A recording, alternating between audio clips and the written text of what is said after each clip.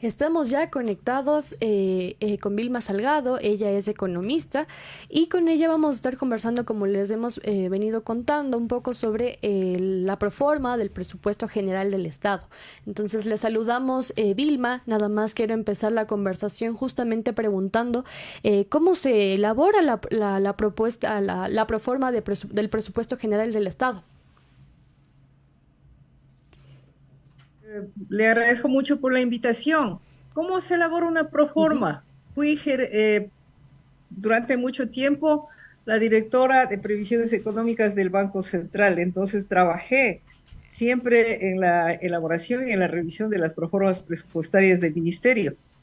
La proforma se basa en una serie de supuestos, o sea, por ejemplo, obviamente supuestos que tienen un fundamento, una idea de cuál va a ser el precio internacional al que se va a poder vender el petróleo, ¿no es cierto? Eso depende de los mercados internacionales, pero se hace un seguimiento y se establece un precio relativo, digamos, suponiendo que el precio sea, como en este caso, $65 el barril. Se hace también una estimación de cuál puede ser la inflación, eh, siguiendo también tendencias. Se hace una estimación de cualquier puede ser el crecimiento del Producto Interno Bruto, porque en función de eso se establecen pues los ingresos tributarios, por ejemplo, ¿no? Para esa estimación del Producto Interno Bruto se realizan una serie de encuestas y sobre esa base pues se establece una idea de cómo puede evolucionar el Producto Interno Bruto. Y luego son decisiones de política económica. Es decir, por ejemplo, cuánto se va a asignar a educación, cuánto se va a asignar a salud. Eso es ya una decisión de política económica de cada gobierno. Sería por el lado del gasto, ¿no es cierto? Y así es como se establece una proforma, en base a supuestos y en base a decisiones de política económica. Estimada Milma, muy buenos días nuevamente. Ahora, tenemos un problema en lo que fue en este año y es que el gobierno nacional provisionó para este año el precio del barril de petróleo en un valor. Sin embargo, por todas las crisis mundiales, etcétera, este precio subió a más, incluso el doble de lo esperado, y la gente se pregunta, bueno, ¿por qué este excedente en el precio del petróleo no alimenta el resto del presupuesto nacional? ¿A dónde se está yendo esta plata? Está vigente una ley, la Ley de Reordenamiento de las Finanzas Públicas, en la cual hay un artículo que establece que todo el diferencial en el precio de exportación del petróleo sobre el establecido en la proforma, el aprobado por la Asamblea, se va a alimentar un fondo para estabilización, y ese fondo está en la Reserva Monetaria Internacional. En realidad, este es uno de los temas, por ejemplo, que debería ser reformado por la Asamblea en este momento, porque no es dable, no es lógico que con un precio internacional de un recurso que nos pertenece a todos los ecuatorianos, como es el petróleo, esos ingresos vayan a parar simplemente en la reserva y no sirvan para atender las necesidades urgentes de la población, como es la salud. Hemos recibido quejas durante todo el año justas de la población, indicando que no hay los medicamentos más esenciales en los hospitales públicos y en los hospitales de la seguridad social. Escuelas y colegios que no han podido abrirse porque no existe, no se ha asignado el presupuesto para atender esa necesidad. Carreteras, puentes que fueron destruidos por el crudo invierno y que no han sido reparadas ni reconstruidas. Aquí hay que tomar en cuenta también que además de esta norma que está vigente, que ojalá la Asamblea la reforme, desde luego también es nuevamente una decisión política. Si el gobierno no cumplió con lo que estaba presupuestado en el año anterior. En la mitad del año había ministerios en los que solo se había ejecutado el 5%. Es decir, el ministro de Finanzas anterior simplemente no entregó, y eso es una decisión política, no entregó los recursos a los ministros. Miren aquí, ¿no? Ministerio de Energía y Recursos Naturales No Renovables, hasta la mitad del año solo se había entregado el 5%, o sea, nada. Ministerio de Desarrollo Urbano y Vivienda, 7.8%. O sea, no entregaron. Ujú. Ministerio de Economía y Finanzas, 20%, y así, ¿no? Y en la proforma presupuestaria aspira, porque es una aspiración, porque no ha terminado el año, aspiran a llegar al 75%. Eso quiere decir que la cuarta parte de lo que estaba presupuestado, el ministro anterior no entregó. Y obviamente aquí también viene un tema de la asamblea. La asamblea tendría que asegurarse no solamente de vigilar, como dice la norma, la ley vigente, que el ministro no se pase de lo presupuestado más que en un 5%, pero también debería establecerse alguna norma para que los ministros cumplan y entreguen lo que está presupuestado, porque fíjese qué es lo que ha pasado con esto. Como el ministro no entregó los recursos a los ministerios, estos no pudieron ejecutar lo que estaba previsto. ¿Qué impacto tiene sobre la economía?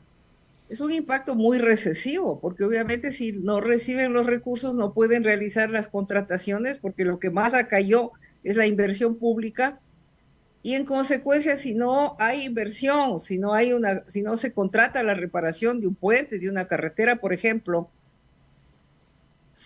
no hay generación de empleo. Y por eso el problema tan gravísimo que tenemos en el mercado laboral, ¿no es cierto?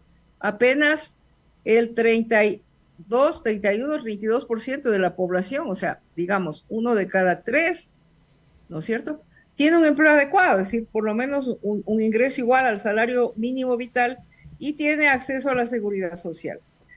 Entonces, ¿qué es lo que ha pasado? El Estado, en cambio, el gobierno, tiene una infladísima Reserva Monetaria Internacional. Desde marzo del año 2022, tiene en la Reserva Monetaria Internacional alrededor de 9,000 millones de dólares. Y llegó algún momento en que llegó a tener hasta 10,000 millones de dólares. Es decir, ¿qué quiere decir esto? El dinero de los ecuatorianos, porque el petróleo es nuestro. Eso tenemos que tenerlo bien claro los ecuatorianos. El petróleo es un recurso natural cuyos ingresos nos pertenecen a todos los ecuatorianos, no son del gobierno, estos son recursos nuestros. Ese dinero simplemente colocado en una cuenta en la Reserva Monetaria, y la Reserva Monetaria Internacional es colocada fuera del territorio nacional, en bancos suizos, en bancos norteamericanos, a una tasa de interés cercana a 0. Entonces no es dable, ¿no es cierto?, que por un lado el gobierno guarda el dinero en la reserva, no lo utiliza para el objetivo que es atender las necesidades de la población ecuatoriana, sino que lo pone fuera, además fuera del territorio nacional, porque además en la ley mal llamada de defensa de la dolarización, se prohíbe que el Banco Central conceda ningún tipo de operación de financiamiento ni de crédito al sector público en general. O sea, ni al gobierno, ni a los gobiernos locales, ni a la banca pública. Es otro tema sobre el cual también tendría que ver la Asamblea, si reformar aquella infame ley que prohíbe que el Banco Central pueda utilizar estos recursos que nos pertenecen a los ecuatorianos para atender las necesidades de los ecuatorianos. Entonces, estas son las aberraciones. Incluso el gobierno actual, que recibió un monto que no estaba presupuestado. El Fondo Monetario Internacional realizó una emisión extraordinaria de derechos especiales de giro que repartió entre todos los países del mundo en función de su cuota, con el objeto de contrarrestar los efectos de la pandemia. El gobierno actual recibió alrededor de 900 millones, más de 900 millones de dólares, pero decidió, y esta es una decisión política, simplemente pasarlos a la Reserva Monetaria Internacional. Es decir, colocarlos fuera del territorio nacional, fugar esos capitales. Y no utilizó lo que era el objeto de esa emisión, contrarrestar los efectos de la pandemia. Pero esa es una decisión política, es una decisión del gobierno. Y allí también, pues debería haber por lo menos un llamado de atención, ¿no es cierto?, de la Asamblea. Es decir, oiga, señor, usted es un mandatario. El mandante es el pueblo ecuatoriano. Y en consecuencia, su obligación es atender las necesidades del pueblo. al ponerlo directamente en la reserva, que además, de acuerdo con la ley de defensa de la dolarización, quedó a disposición solamente de la banca privada, o sea, de la banca en general, ¿no es cierto? ¿Por qué? Porque de la banca privada. ¿Por qué? Porque ya dije, no, el Banco Central no puede realizar ningún tipo de operación con ninguna entidad pública. Más aún, se obliga a que la banca pública le devuelva al Banco Central los recursos que había recibido en gobiernos anteriores y que las instituciones del Estado le devuelvan también al Banco Central lo que habían recibido en gobiernos anteriores. Es decir, se restan recursos que podrían utilizarse para aumentar el crédito, por ejemplo, en el caso de la banca pública, y todos esos recursos quedan guardados solamente para el acceso de la banca privada, porque en esa misma ley de defensa de la dolarización se eliminó cualquier restricción, como existía en la ley anterior, del acceso de la banca privada. Quiere decir que esos fondos están a disposición exclusivamente de la banca privada y de los acreedores de la deuda pública, parte de los cuales son también banqueros, no son tenedores de deuda. Entonces, esas son decisiones políticas, esas son decisiones del gobierno, sobre las cuales obviamente la Asamblea tendría que por lo menos pronunciarse, ¿no?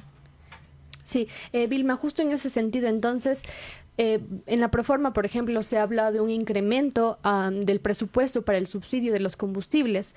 En 2022, por ejemplo, era de 328 millones de dólares y ahora para 2023 sería justamente, se destinarían 2.667 millones de dólares. Este incremento sería resultado justamente de las conversaciones, de los acuerdos que tuvo el gobierno nacional con las organizaciones sociales durante el paro de junio. Bueno, aquí hay un tema, ¿no es cierto? Hay una mesa que trata de la focalización de los subsidios, mesa en la que, de lo que tengo conocimiento, todavía no se ha llegado a un acuerdo. O sea, están realizando los estudios para ver cómo se focalizaría ese subsidio. Entonces, no hay todavía un acuerdo, ¿no es cierto? Pero aquí hay un tema que es muy importante y que no se lo plantea como debería. Es una revisión del cálculo de este llamado subsidio.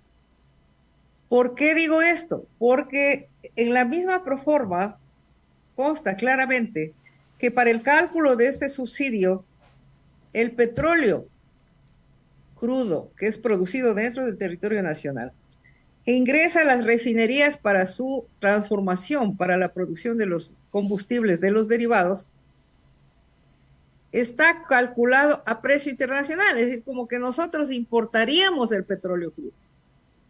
Entonces ese subsidio está inflado, por lo menos está inflado si es que existe, porque hay un funcionario muy valiente de Petroecuador y del Ministerio de Energía, funcionarios que demuestran que el tal subsidio no existe. Si se toma en cuenta todo lo que producen las refinerías, si las refinerías utilizan el petróleo crudo, que por ejemplo en el caso de Sacha, el costo de producción bordea los $10 el barril, y sin embargo el precio al que colocan en estos cálculos del tal subsidio es de $68 el barril, como que fuera un crudo importado.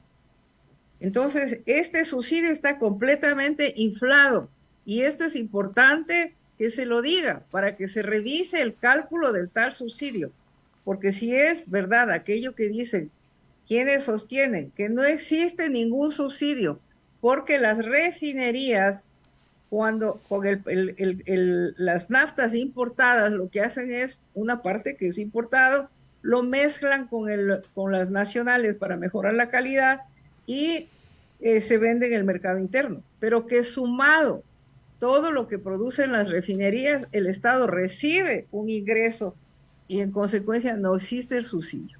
Este es un tema que debería ser puesto sobre la mesa y debería ser debatido. El cálculo de la forma, es decir, cómo está calculando el gobierno el supuesto subsidio, que además es un error que cuando yo fui directora de previsiones en el Banco Central, también lo aplican en las cuentas nacionales, con lo cual se da el absurdo de que supuestamente la refinación de petróleo tiene un resultado negativo. Y es por esta forma absurda y arbitraria de cálculo de quienes se someten completamente a los intereses del Fondo Monetario Internacional, que es el que dispuso que se valore el crudo que ingresa a las refinerías a precio internacional, lo cual no tiene ningún sentido, porque tiene que tomarse el costo de producción. Ese petróleo no es importado, ese petróleo crudo es producido dentro del territorio nacional. Ahora, hablando justamente del Fondo Monetario Internacional, una de las preguntas que quisiera ver es si se puede medir tal vez en porcentajes ya hasta ahora con las primeras revisiones del presupuesto, cuánto se está previendo para la deuda externa y cuánto, por ejemplo, se está dejando para lo social. Para la deuda externa, en este momento, si me permite un segundito, a ver la información para decirle exactamente. Por supuesto. Para la deuda externa estamos contratando, ¿no es cierto?, una cifra altísima. Híjole, a ver, es que tengo tantos papeles aquí. Sí, mientras tanto estamos conversando con la doctora Vilma Salgado. Ajá.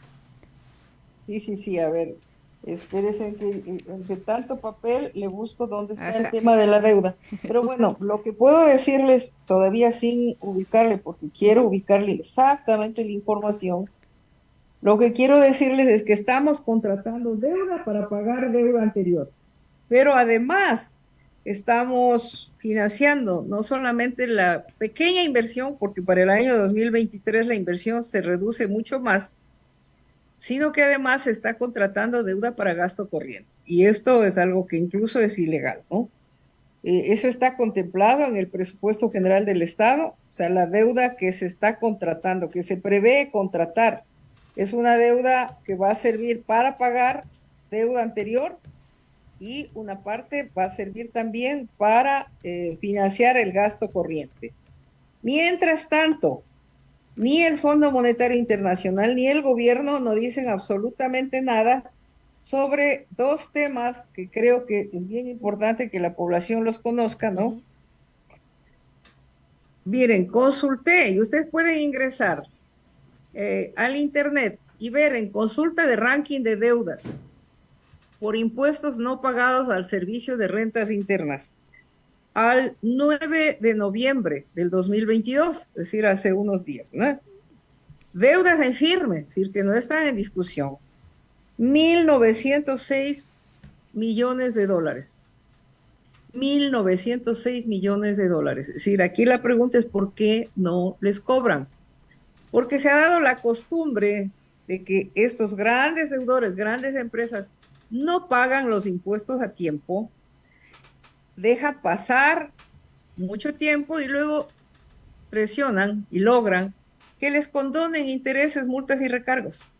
Es decir, las famosas remisiones que ya hizo este gobierno, ¿no es cierto?, por un beneficio potencial de alrededor de 2.000 millones de dólares. En este momento, por deudas en firme, sobre los cuales ya no hay ninguna duda, deberían cobrar y recuperar 1.906 millones de dólares. Aquí también tiene algo que ver. La Asamblea tiene que presionar, decir, señores, ¿por qué se están endeudando? ¿Por qué van a arrodillarse ante el Fondo Monetario Internacional en lugar de cobrar los impuestos a quienes tienen que pagar los impuestos? Por deudas en litigio hay una cifra similar, alrededor de 2.000 millones de dólares. Es decir, aquí estamos ya hablando de alrededor de 4.000 millones de dólares. Es una cifra superior al déficit fiscal. Si a eso le añadimos la cifra que en un anexo de la proforma, en el anexo de gasto tributario. ¿Qué es el gasto tributario? El gasto tributario son ingresos que el Estado deja de percibir por exoneraciones tributarias y por otro tipo de beneficios.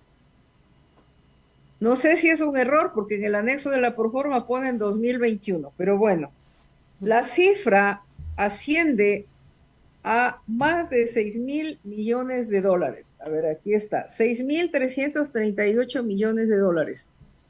Fíjense ustedes, el gobierno decide conceder exoneraciones tributarias y ayudas que no está aquí, no para nada, no constan aquí los subsidios como el bono de desarrollo humano y eso no consta.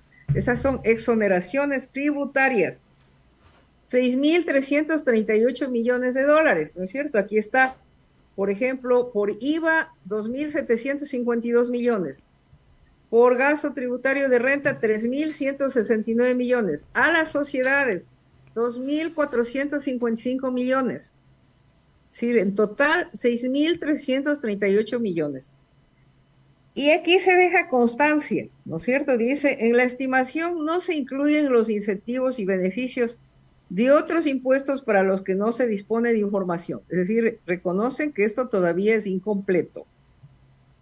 Pero además, en el mismo documento se deja constancia de que el 83.7% de este monto beneficia a quienes tienen ingresos mensuales sobre los $21,000, es decir, al decil más alto.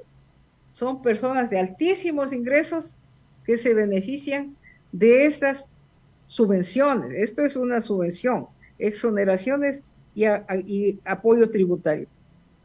Y que el 70% de la población de menores ingresos se beneficia con el 1.9% de esta cifra. Eso consta aquí en el anexo del presupuesto general del Estado. Entonces, esto es lo que tendría que revisar la Asamblea, ¿no es cierto? A ver, decirles, señores, un ratito, ¿cómo así? ¿Cómo así? Se beneficia a los más ricos y se quiere quitar los pocos beneficios de los más pobres y se sigue empobreciendo al pueblo ecuatoriano. Esto es lo que hace la política económica y que nadie lo dice. El Fondo Monetario Internacional no se pronuncia, no ha dicho nada, no lo ha visto, seguramente no le interesa, no le importa, e internamente tampoco se dice. Pero esto es importante, que los señores de la Asamblea lo revisen, lo miren y pidan por lo menos una explicación, o ellos que tienen que legislar y fiscalizar, fiscalicen la ejecución del presupuesto y legislen para que no existan este tipo de injusticias que significan dolor y hambre para el pueblo ecuatoriano empobrecido. Doctora Salgado, muchísimas gracias, creo que una información bastante oportuna, bastante ilustrativa además, y bueno, también este tema de la deuda externa sigue preocupando, porque usted mencionaba que también se va para el gasto corriente, y el censo, por ejemplo, es financiado en este momento, este censo, por también deuda externa. Muchísimas gracias.